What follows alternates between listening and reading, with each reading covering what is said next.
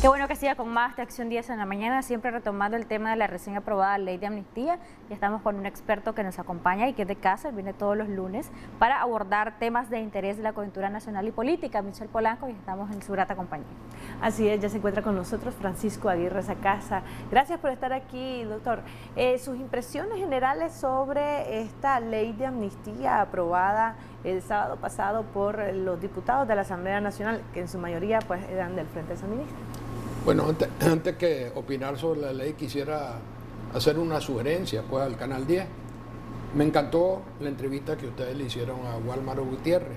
Yo le propongo a ustedes un debate entre Wálmaro Gutiérrez y este amigo y servidor de ustedes sobre este tema y otros temas pues, que aquejan a Nicaragua en este momento. Porque Wálmaro lo conozco muy bien, trabajamos juntos en la Comisión Económica.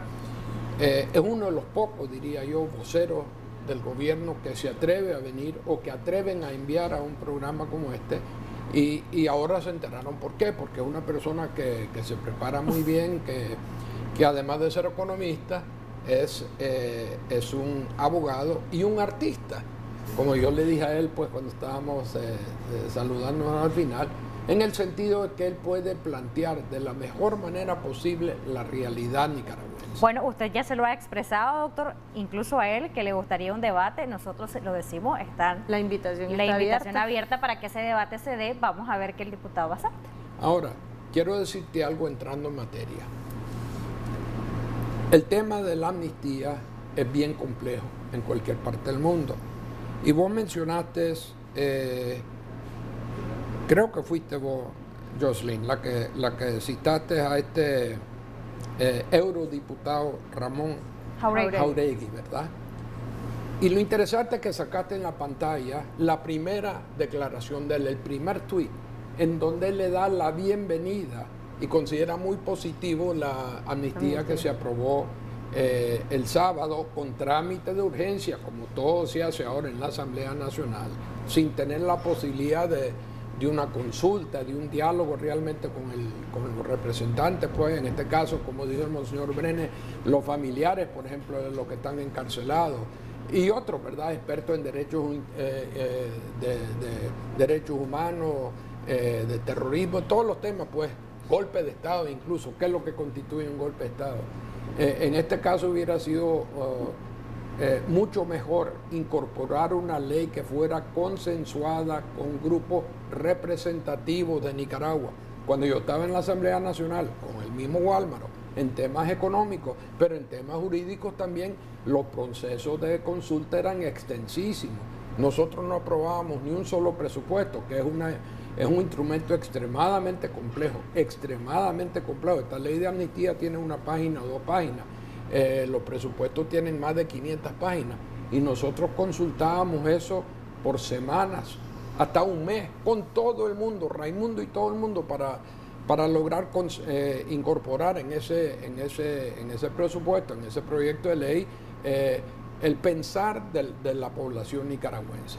Pero cuando se da cuenta Jáuregui de lo que están diciendo los expertos nicaragüenses y otros expertos internacionales como Vivanco, que ustedes mismos citan, él saca un segundo tuit diciéndole que si no se respetan las ideas de Vivanco y de importantes voceros nicaragüenses, algunos de los cuales están en la Alianza Cívica y otros que no, que van a venir más sanciones europeas. Eso te lo cito, Michelle, solo como un ejemplo de lo complejo que es el tema de la amnistía. Ahora, para mí, lo más importante aquí es que, y es un tema que ustedes abordaron con Wálmaro, ¿quién sale beneficiado por la amnistía? Wálmaro dice que todos los nicaragüenses. Pero yo te hago la siguiente pregunta. ¿Cuál es el crimen que ha cometido Miguel Mora? ¿Cuál es el crimen que ha cometido Lucía Pineda? ¿Cuáles son los crímenes de aquellas personas que fueron arrestados, detenidos en Metrocentro por estar adentro de Metrocentro. No estaban manifestando en las calles, no estaban parando el tránsito, ni siquiera se trata de una manifestación, era un grupo de ciudadanos que llegaron allí a cantar el himno nacional con la bandera de Nicaragua. ¿Cuáles son los crímenes que ellos cometieron? ¿Y para qué necesitan ellos una amnistía? Yo creo que los que requieren la amnistía ahorita son aquellas personas que reprimieron al pueblo de Nicaragua, que asesinaron a entre 350 y 560, dependiendo de cuál de las organizaciones no gubernamentales pues, que le dan seguimiento a esto,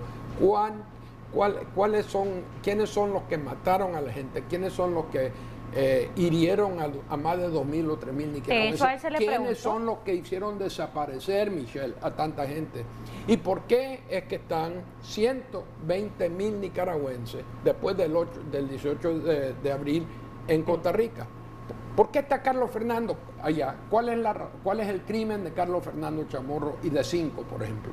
Ahí te estoy dando nombre y apellido de personas. Walmart no quiso entrar en esos detalles y yo entiendo, pues, porque no le conviene a él. Dijo que no estaba facultado para... Sí, que eso había que preguntarle a los juristas y todo lo demás, pero aquí, ¿qué es lo que nos pasa en nuestro país? Y es una de las grandes ironías de Nicaragua. Aquí pasamos días, semanas, todos los nicaragüenses abordando temas jurídicos, como que si fuéramos todos nosotros miembros de la Corte Internacional de Justicia, en un estado que carece totalmente del respeto para el derecho. Aquí no vivimos, Walmart ha hablado de la característica del Estado de Nicaragua, ¿verdad? La característica más fundamental de nuestro Estado es que no es un Estado de derecho. Y sin embargo pasamos todo el tiempo, no solo debatiendo temas jurídicos, sino que mandando a muchos de nuestros hijos e hijas a estudiar en la universidad derecho. Fíjate qué desperdicio de tiempo y de talento en un estado en donde no existe el respeto por el derecho. Entonces es más conveniente para el sector del gobierno, uno por y supuesto. dos, doctor, es algo que trae impunidad. Él decía que no, y hasta una conceptualización le leímos donde que es la impunidad en todo caso, ¿no? Esto está hecho. Y otra cosa que dijo Walmart, con la cual yo no estoy de acuerdo, pero respeto su punto de vista y sobre todo la posición de él. Él viene aquí a darte de la manera más elocuente y elegante posible una defensa de la posición del gobierno de Nicaragua, que es insostenible e indefendible, pues. Ahora, para mí, la realidad de las cosas es que Daniel Ortega pase esta ley, entre otras cosas, para, primero, si sale publicado en la Gaceta mañana, sacar a todos los que están en la cárcel. De hecho, dijo que hoy mismo va a salir publicada, bueno, y hoy mismo empieza a salir. Entonces, va a ser interesante ver si alguno no sale. Pero yo creo que van a salir todos, o que deberían de salir todos. ¿Y por qué? Porque el 18 es la fecha límite que se estableció en los acuerdos que firmaron en el INCAE. Y porque, entre otras cosas, con eso da un golpe unilateral bien importante en contra de la Alianza Cívica. Ustedes escucharon, no sé si se fijaron en todo ese debate que había sobre el alcance de la ley y todo lo demás, que en el fondo lo que se está queriendo hacer también es golpear muy fuertemente a la Alianza Cívica con el argumento de que no llegan ellos, ¿verdad?, a negociar, y que entonces, ¿cómo es posible que ellos estén quejándose pues, de que el gobierno está tomando acciones? Walmart en realidad lo que dijo fue que con la salida de los presos políticos a la Alianza Cívica se le iba a acabar la excusa de tener a estas personas ahí para continuar en la negociación, se podría interpretar. Por eso yo le preguntaba a él si las negociaciones en la mesa de diálogo iban a continuar una vez aplicada la amnistía. Sin embargo, él decía que él no era el más adecuado porque él no está en la mesa, ¿no? Pero él te había contestado tu pregunta media hora antes. Lo que pasa es que vos no te fijaste en eso. Él te dijo a vos que el grupo que está de la Alianza Cívica ahí no es representativa de nadie. Y que coincide con precisamente lo que habían dicho que buscarían otros interlocutores. Bueno, es decir, entonces, una posición coincidente. Él te dio la respuesta a una de tus últimas preguntas media hora antes. Solo que fue parte de lo que él estaba hablando en el contexto de otra pregunta, ¿verdad? Ahora, él es muy hábil. Eso es indiscutible. Es decir, cuando yo estaba en la Asamblea Nacional una de las personas que más escuchaba yo era Wálmaro Gutiérrez, porque tiene conocimiento y tiene una capacidad de articulación muy grande. Pero lo que él está presentando es una dimensión muy diferente a la que nosotros los nicaragüenses vivimos, ¿verdad? Él, doctor, desvirtuó, descalificó que la comunidad internacional estuviera focalizada en este tema de la amnistía. Dijo que a él le interesaba más que esto ocupara la atención nacional, pero debería de despreocuparle, o debería de preocuparle más bien la comunidad internacional y los ojos de la comunidad internacional que están puestos en Nicaragua. Mira, mi opinión es la siguiente. Esta ley de amnistía se pasa porque Daniel Ortega sabe que este es un mes de vida o muerte para él y su gobierno. No solo por la fecha esa del 18 que acordaron en la Alianza Cívica, sino porque va a venir una reunión de la OEA este mes, y porque este mes, y quizás esto es lo que más le debería preocupar al Carmen, va a tener que emitir un informe sobre la situación socioeconómica, política y hasta humanitaria de Nicaragua, el Departamento de Estado y el Departamento del Tesoro para el Congreso norteamericano. Entonces, nada de esto es accidental. Todo esto responde a déjame terminar este pensamiento, todo responde a una enorme preocupación que tiene Daniel Ortega con las sanciones. Es tan grande eso que en su momento presiona a lo de la Alianza Cívica a pronunciarse en contra de sanciones contra Nicaragua, ¿se acuerdan? Y entonces esta es la realidad de lo que está pasando en Nicaragua y la realidad de lo que está pensando el Carmen. Las sanciones, por supuesto que le preocupan, y esta aprobación unilateral de una ley de impunidad, diría yo, es un intento de decirle a los cancilleres de las Américas, a los funcionarios del Departamento de Estado, a los funcionarios del Tesoro, que ya una de las grandes inquietudes de ellos, que eran los prisioneros de conciencia, porque sí existen en Nicaragua, no sabemos cuántos son, porque las cifras que se manejan andan por todos lados ahorita, pero al poner a esa gente en libertad, ¿verdad?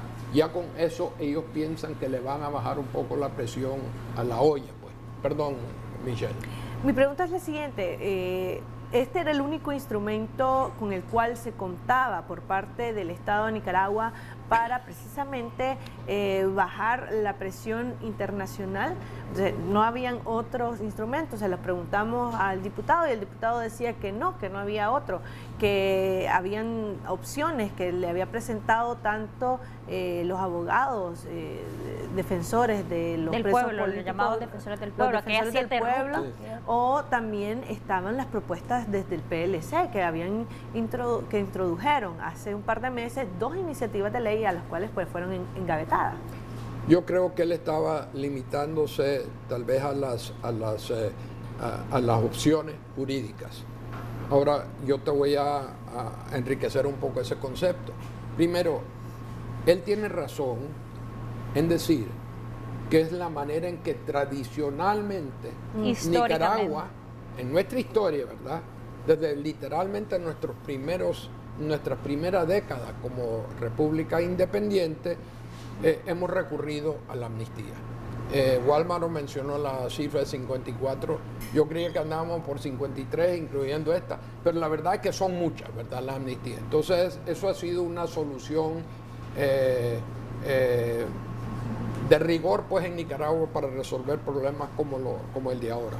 Aunque normalmente en el pasado, esas amnistías solo se han dado cuando hay un conflicto armado entre dos bandos armados.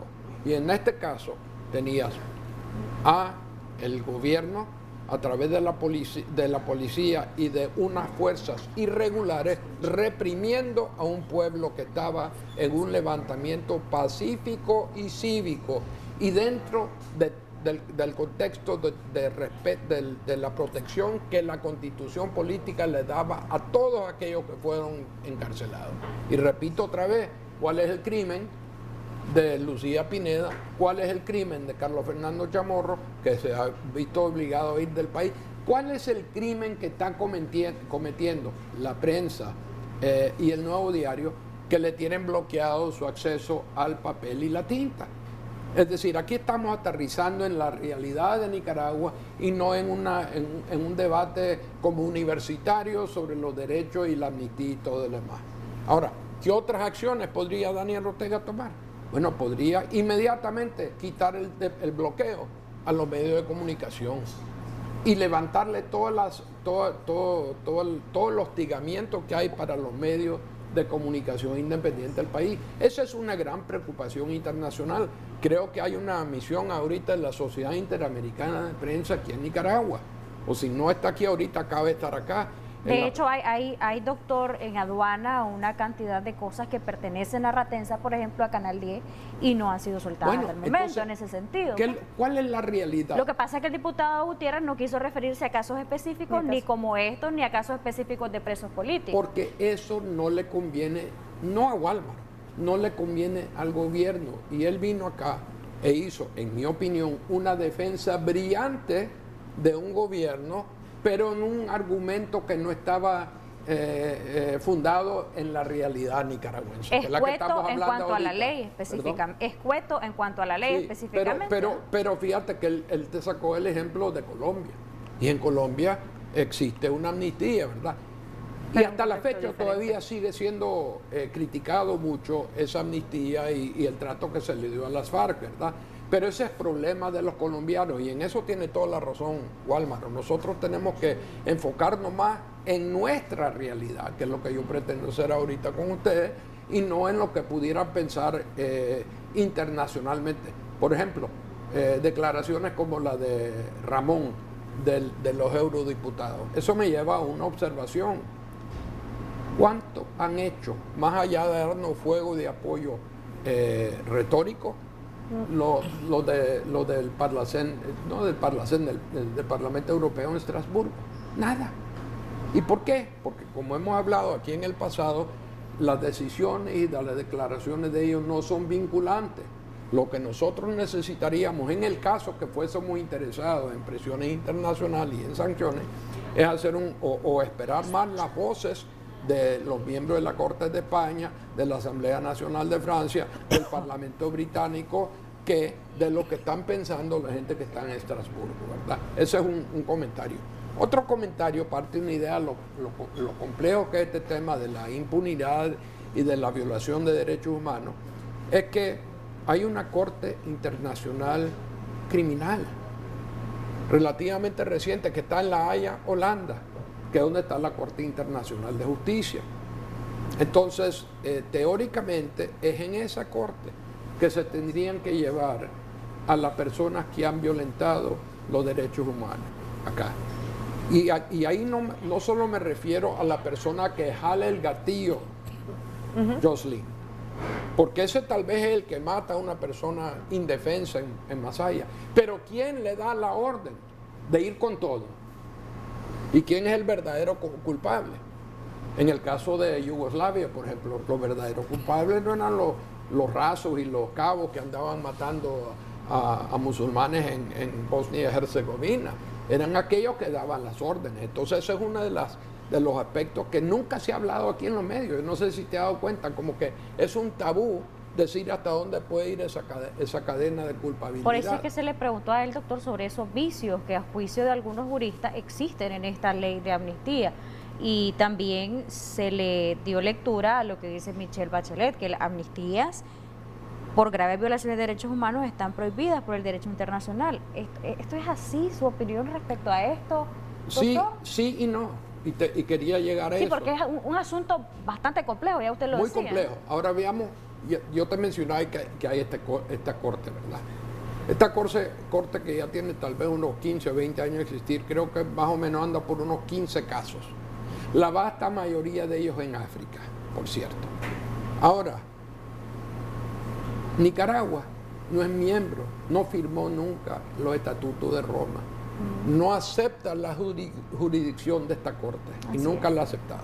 Lo cual significa que salvo que hay una resolución del Consejo de Seguridad de la ONU, no se puede llevar a la corte a una persona o a un nicaragüense que haya cometido una violación de derechos humanos aquí en Nicaragua.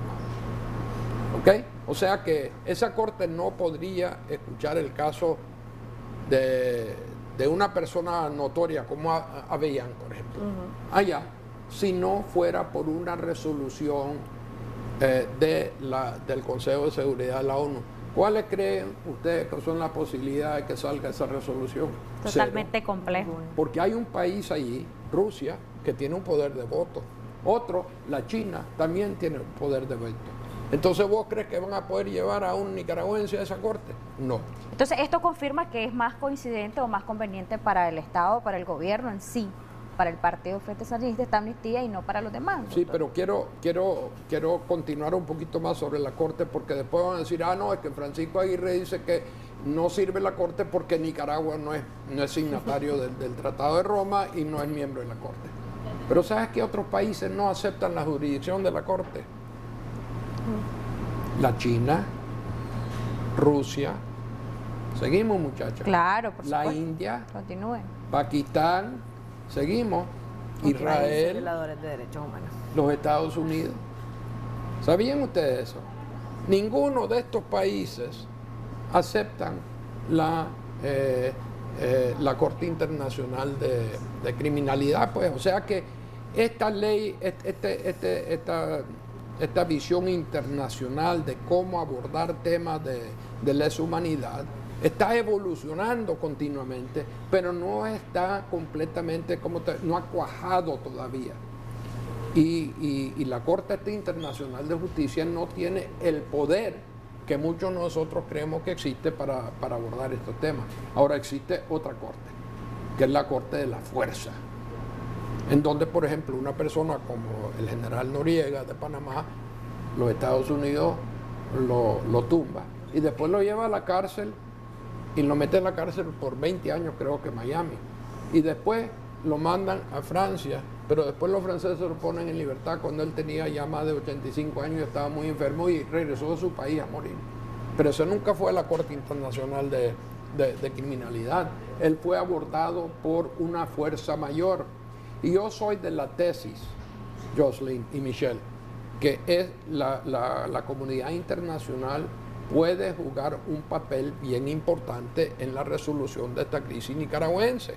Porque aquí hay dos dimensiones, la nacional, que es la que estaba mencionándonos ahora Guálmaro, y después la internacional, que es lo que podría ocurrir en lo que falta de este mes.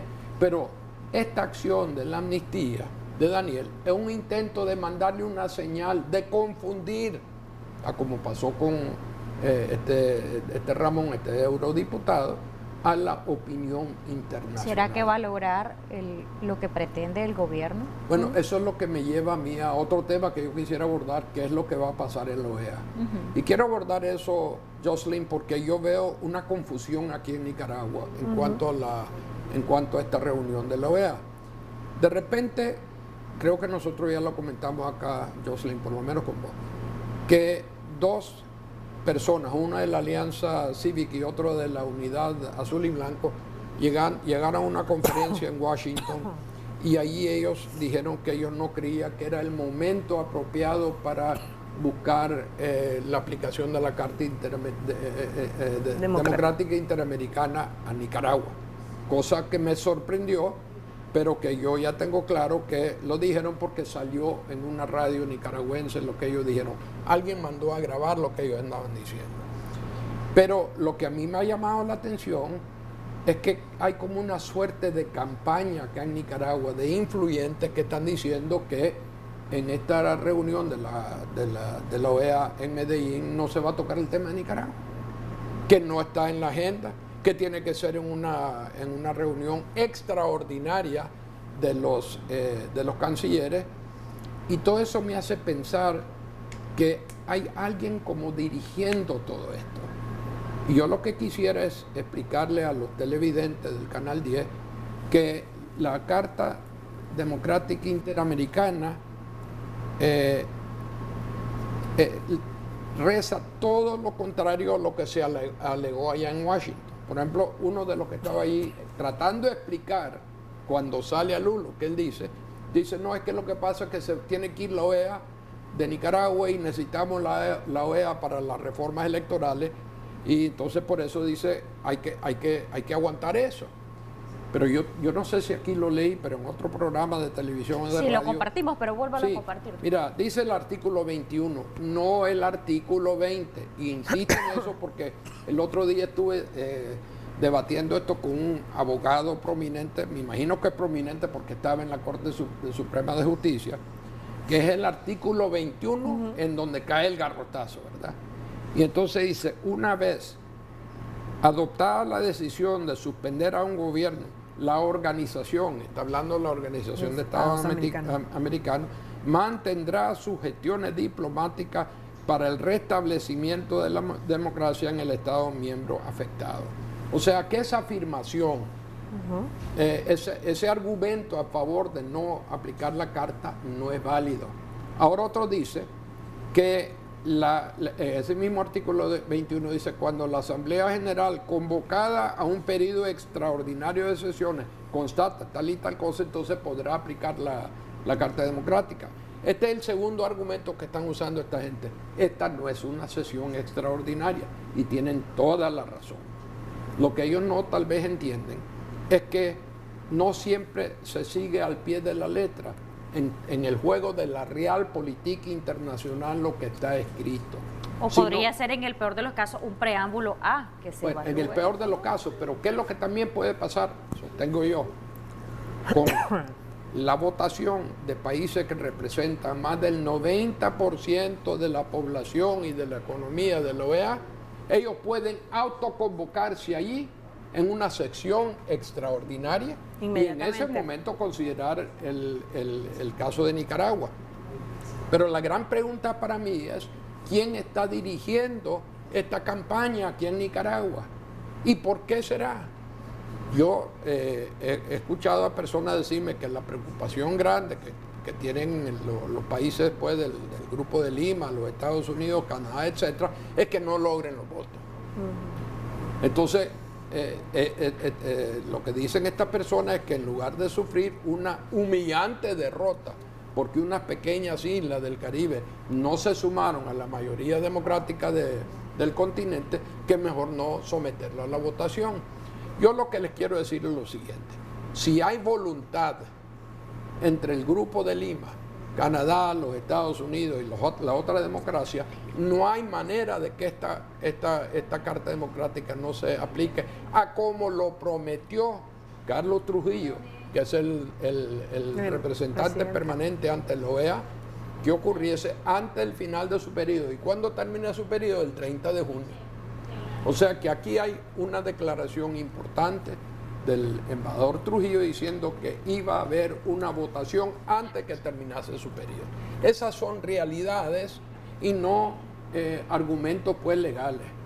Es como aquellos nicaragüenses, y no sé si alguna vez estuvieron aquí, pero estuvieron en otro programa, personas de una enorme sofisticación y conocimiento que venían y alegaban que no podían los Estados Unidos frenar nuevos préstamos en el Banco Mundial y en el Fondo Monetario, ni en el BID porque no tenía el 50% más uno. ¿Y cuántos nuevos préstamos se han aprobado desde el año 2018 para acá? Ni uno. Ninguno. Y todavía no se ha aplicado la Carta Democrática Interamericana.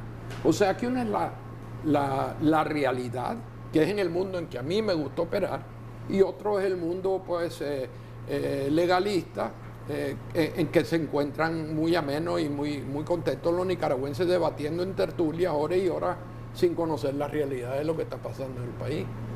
Nuestra situación, en algo estoy de acuerdo con Walmart, necesitamos rescatar a la economía de nuestro país, pero no podemos caer en el error, a mi criterio, Jocelyn y Michelle, de por buscar paz y crecimiento económico, dejar de un lado la parte política, porque si nosotros no nos reinventamos políticamente, nuestro país está condenado a continuar con la tradición nuestra, que ya va a cumplir 200 años de cero progreso democrático en nuestro país. Doctor, de hecho esta ley de amnistía quizá a juicio de muchos es algo contradictorio, porque recordemos que las demandas de fondo en el diálogo nacional, en la mesa de negociación, eran la justicia, la reparación, y al aprobarse esta ley de amnistía, ¿cómo queda a su parecer estas demandas de fondo? Porque lo está haciendo el gobierno y lo han dicho de manera unilateral, ni siquiera se le consultó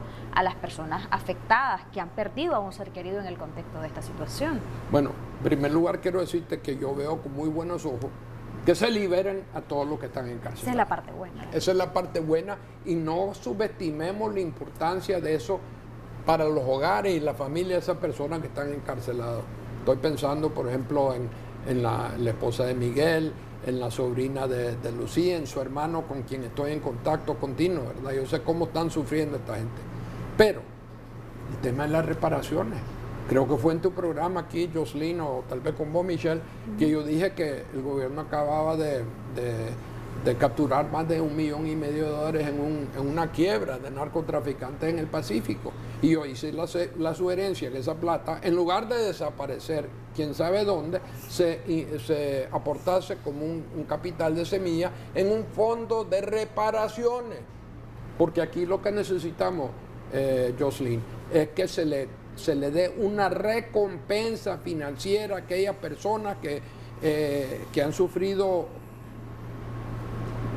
condiciones o situaciones horribles. El tener que enterrar, por ejemplo, a un hijo o una hija, es una cosa horrible. ¿Y qué pasa con aquellos que quedaron heridos y mal heridos y que van a andar todo el resto de su vida en silla de ruedas o quién sabe incurriendo cuántos gastos médicos? Aquí no se trata de una pendejada, aquí se necesita realmente de darle a esta gente la plata para poder defenderse de una vida que puede ser muy larga y muy difícil y muy costosa solo en gasto médico. Ahora, para mí eso es una dimensión muy importante. La justicia, comisión, aquí lo he dicho ya, no la comisión porra. Aquí necesitamos una verdadera comisión de la verdad como la que se estableció en Ruanda. Y a mí me tocó ir hasta África como exfuncionario del Banco Mundial a explicar lo que había pasado en Ruanda y que yo mismo lo vi y lo experimenté. En este caso, doctor, cuando si se llegara a establecer una comisión de la verdad distinta a la ya existente, tendría el trabajo arduo de llegar precisamente a la verdad de los hechos.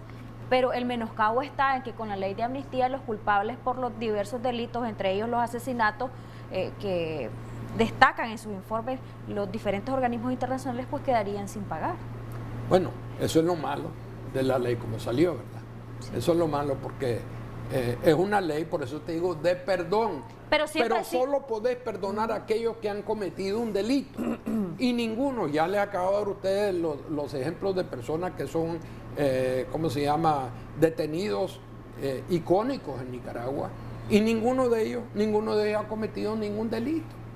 Ninguno. Entonces, esta es una ley que protege a solo aquellos que han cometido delitos. Y la vasta mayoría son personas afines al gobierno. ¿Siempre sí debe seguir el diálogo? ¿Perdón? ¿Siempre sí debe continuar el diálogo? Mira, yo no sé qué va a pasar con el diálogo. Últimamente ellos se han estado quejando de las acciones unilaterales del Estado. Pero la verdad es que el momento de que ellos dejan de llegar al diálogo, ellos se prestan para esa acusación. Antes yo creo que Michelle iba todos los días ahí al INCAE y se paraba a la entrada del INCAE viendo quién le decía qué cosa, ¿verdad? Y estaba un ejército de periodistas ahí y adentro no pasaba nada. Pero ahora, ¿qué pasó después de que se retira la Alianza Cívica? Siguen llegando, por lo menos hasta la semana pasada, los representantes del gobierno y dejan constancia de que no había interlocutor. Entonces, con esa constancia, que yo creo que reflejaba la realidad, se curaba el gobierno de cara a la comunidad internacional. ¿Por qué este gobierno no le tiene miedo y no respeta la voluntad de los nicaragüenses? Pero sí le tiene miedo a lo que le puede hacer la comunidad internacional al gobierno. Entonces ellos tienen que llegar a esa reunión en Medellín, tienen que llegar o están ahorita probablemente gestionando inútilmente, en mi opinión, con el Departamento de Estado, de que no se le deberían de aplicar sanciones con ese nuevo informe que van a mandar. Pero usted quiero decir una cosa, está patinando en un hielo muy fino Daniel Ortega ahorita, porque a mí no me extrañaría más sanciones más sanciones cuando ese informe salga.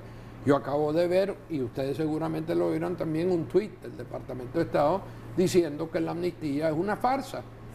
La vieron, ¿verdad? Sí, Entonces sí. eso quiere decir que esta acción del gobierno por tratar de amortiguar un poco el golpe, todo lo que ha pasado internacionalmente no está funcionando. De hecho, muchos sectores, doctor, dicen que van a esperar para ver en qué condición son liberados los presos hasta el 18 de junio, porque habría que ver de qué forma el gobierno va a interpretar esta amnistía, de qué forma la va a poner en práctica o la va a aplicar a los diferentes presos políticos. Sí.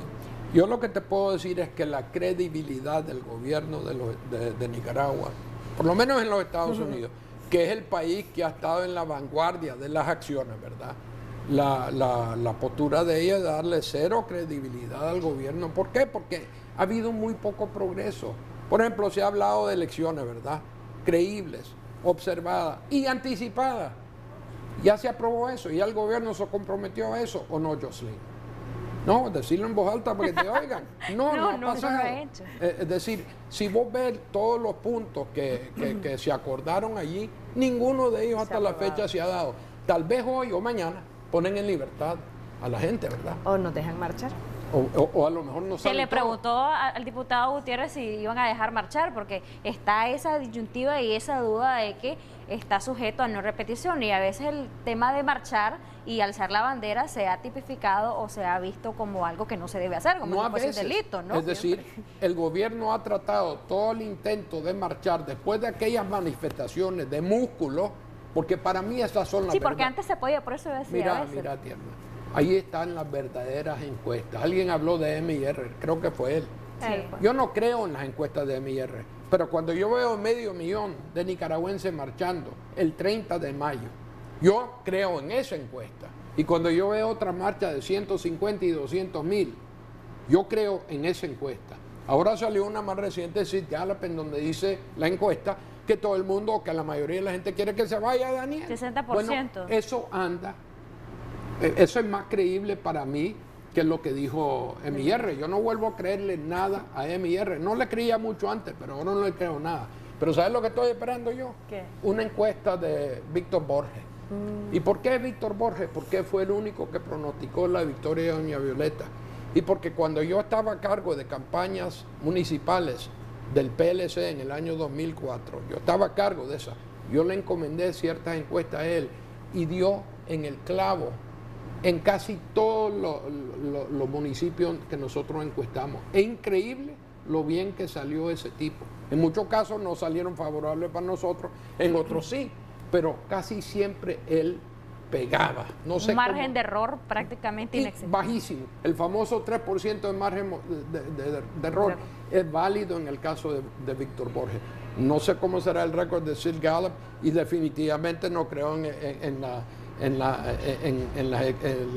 encuesta de tanto MIR. que hizo MIR para tratar de ganar credibilidad. Eso quedó devastado con esta última encuesta de él. Nadie se la puede creer.